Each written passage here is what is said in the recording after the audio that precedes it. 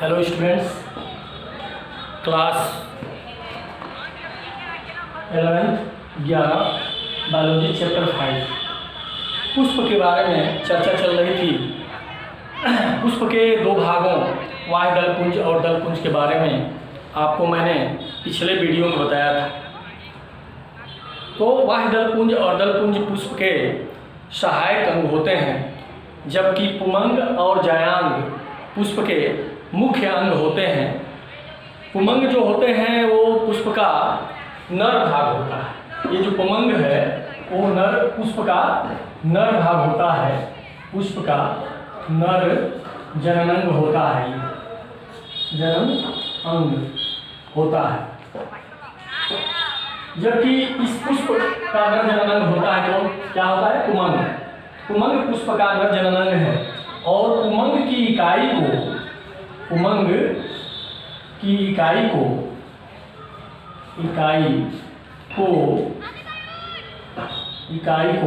पुंकेसर कहते हैं, स्टोमेन कहते हैं, पुंकेसर कहते हैं।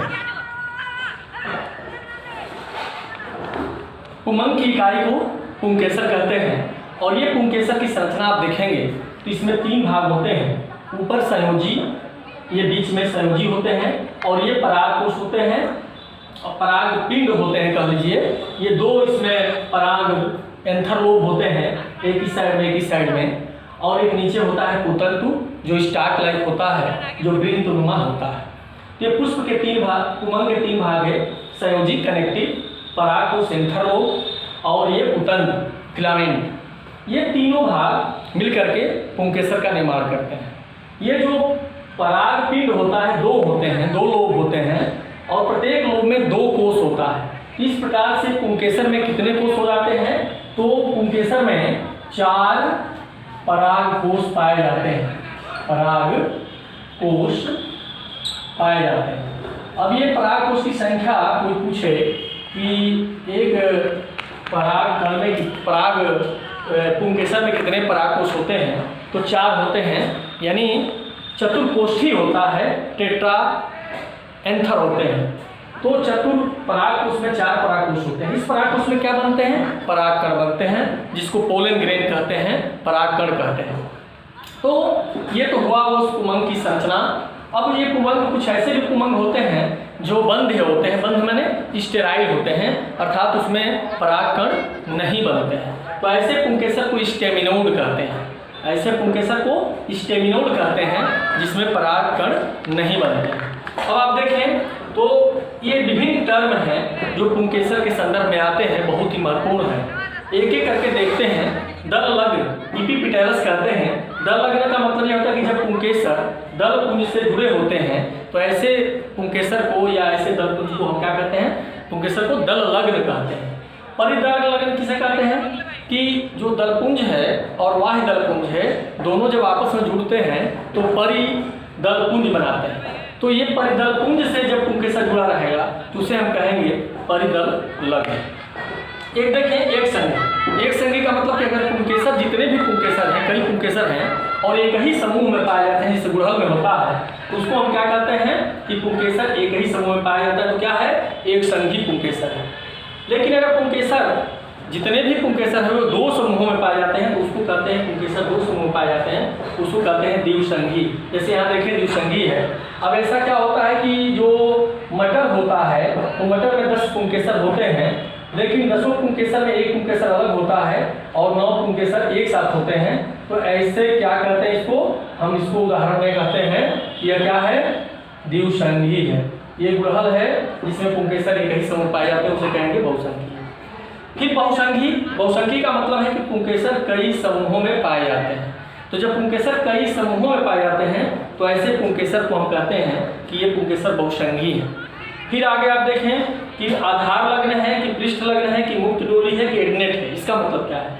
आधार लग्न का मतलब कि जो पुतंतु होता है, ये पुतंतु है, यह जो है परागकोश, ये ऊपर वाला जो परागकोश है उसके आधार से जुड़ा है। देखिए यहाँ ये आधार से जब पुतंतु जुड़ा रहता है तो इसको हम कहते हैं संयोजी है, कनेक्टिव है। ये इस कनेक्टिव के इस आधार से जुड़ा है तो इसे कहेंगे आधार लग्न। डार्सी फिक्स, ये बेसिक फिक्स, ये पृष्ठ लग्न मतलब डार्सिक। डार्सिक मतलब कि पुतंत पराग कोश के पृष्ठ से जुड़ा है।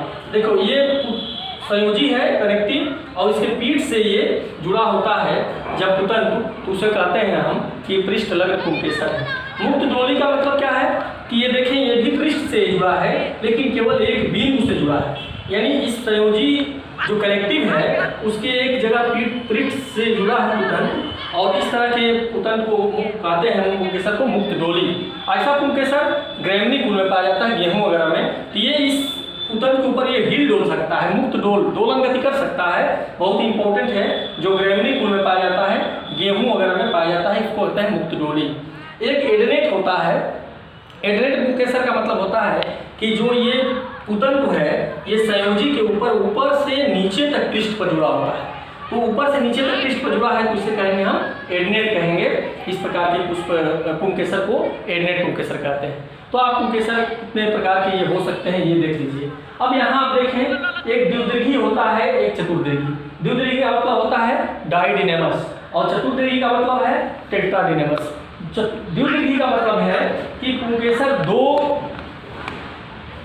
रूप से व्यवस्थित होते हैं। जैसे इसमें 4 पुंकेसर हैं, 2 बाहर वाले पुंकेसर बड़े हैं, 2 अंदर वाले छोटे हैं। तो इस प्रकार के व्यवस्था को, पुंकेसर की व्यवस्था को, अरेंजमेंट को क्या कहते हैं? द्विदीर्घी या डाइडिनेमस कहते हैं। लेकिन यदि पुंकेसर 2 ग्रुप में जुड़े हैं लेकिन 4 अंदर के बड़े और 2 बाहर के छोटे हैं तो इसे हम कहते हैं चतुर्दीर्घी या टेट्राडिनेमस। ये टेट्राडिनेमस किसमें पाया जाता है? ज्यादातर क्रूसीफेरी कुल में, जिसमें कि सरसों आता है, इसमें ये पाया जाता है।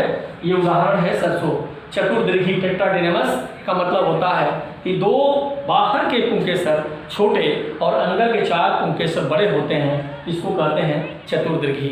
तो ये द्विदीर्घी का मतलब 2 अंदर छोटे 2 बाहर बड़े, और चतुर्दीर्घी का मतलब 4 अंदर बड़े और 2 बाहर छोटे। ये सरसों में पाया जाता है, बहुत इंपॉर्टेंट है। इसके बाद ये 2 बहुत ही इंपॉर्टेंट टर्म है, सिनजीनेसियस और सिनेंडस। सिनजीनेसिस का मतलब क्या होता है कि इसमें जो पुंकेसर हैं वो सभी पुंकेसर के जो पुतंत हैं, नीचे जो फिलामेंट हैं वो आपस में, ऊपर वाले एंथर नहीं जुड़े रहेंगे, वो अलग होंगे, लेकिन नीचे जो पुंकेसर के पुतंत हैं सभी पुतंत आपस में जुड़े होते हैं। इस व्यवस्था को कहते हैं सिनजीनेसियस व्यवस्था। जैसे ये कंपोजिटी कुल जिसमें कि गेंदा और सूर्यमुखी आता है, बहुत ही इंपॉर्टेंट है। एक देखिए सिनेंडस। सिनेंडस का मतलब क्या होता है कि जो पुंकेसर, जितने भी पुंकेसर हैं उनका ऊपरी वाला जो भाग है, यानी जो क्या कहते हैं, जो आपका उसका परागकोश है वो भी आपस में जुड़े रहेंगे और नीचे जो पुतंत हुए वो भी जुड़े रहेंगे। ऊपर वाले में देखें सिनजीनेसिस में तो केवल पुतंत जुड़े हैं और परागकोश जो है वो अलग अलग है, लेकिन इसमें परागकोश भी आपस में जुड़े हैं और पुतंत भी आपस में जुड़े हैं। इस प्रकार के पुंकेसर की व्यवस्था को सिनेंडस व्यवस्था कहते हैं। तो आप देख सकते हैं कि ये जितने प्रकार के पुंकेसर की व्यवस्था है उसको आपको मैंने बताया। एक गाइनेंडस भी होता है। गाइनेंडस का मतलब होता है जिसमें कि एंथर और स्टिग्मा वो दोनों जुड़ जाते हैं। जैसे एक लिख लें गाइनेंडस, गाइनेंडस, नेंडस। इसका मतलब क्या है? इसमें क्या होते हैं कि ये जो पराग कोश और ये वर्तिकाग्र जुड़े होते हैं। तो परागकोश और वर्तिकाग्र एक में जुड़ जाते हैं, फ्यूज हो जाते हैं, तो इस व्यवस्था को कहते हैं गाइनेंडस। तो इस प्रकार से पुमंग के बारे में जो पुष्प का नर जननांग है और उसके विभिन्न जो टर्म होते हैं, विभिन्न उसके संयोजन होते हैं, उसके बारे में आपको मैंने चर्चा किया है। अगले वीडियो में जो मादा जननांग है जायान, उसके बारे में चर्चा करेंगे। धन्यवाद।